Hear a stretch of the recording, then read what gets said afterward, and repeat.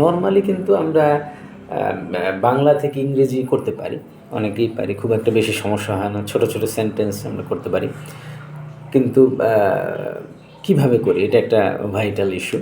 ছোটোবেলা থেকে কিন্তু আমরা ফনিক্স বা ফনেটিক্স শিখিনি, খুব একটা বেশি দেখা যায় না। এখন অনেক ক্ষেত্রে আমরা শেখার চেষ্টা করি, কারণ ওয়ার্ল্ড ওয়াইড আমাদেরকে যেহেতু রেকগনাইজড হতে হবে, সেক্ষেত্রে এটি দরকার আছে। তো এটা উদাহরণ হিসাবে যদি বলি যে আমি কাজটি করতে চাই, তাহলে এটা আমরা নর্মালি ট্রান্সলেশন কীভাবে করি যে I want to do the work.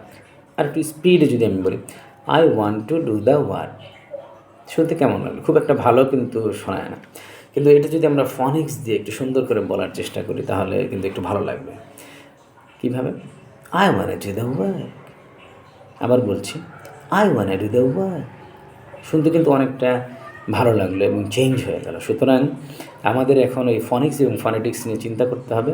শুধুমাত্র স্পোকেন ইংলিশ ট্রান্সলেশন এইগুলোর নিয়ে কাজ করলে হবে না। We have to work with phonics to learn English. Thanks for watching video.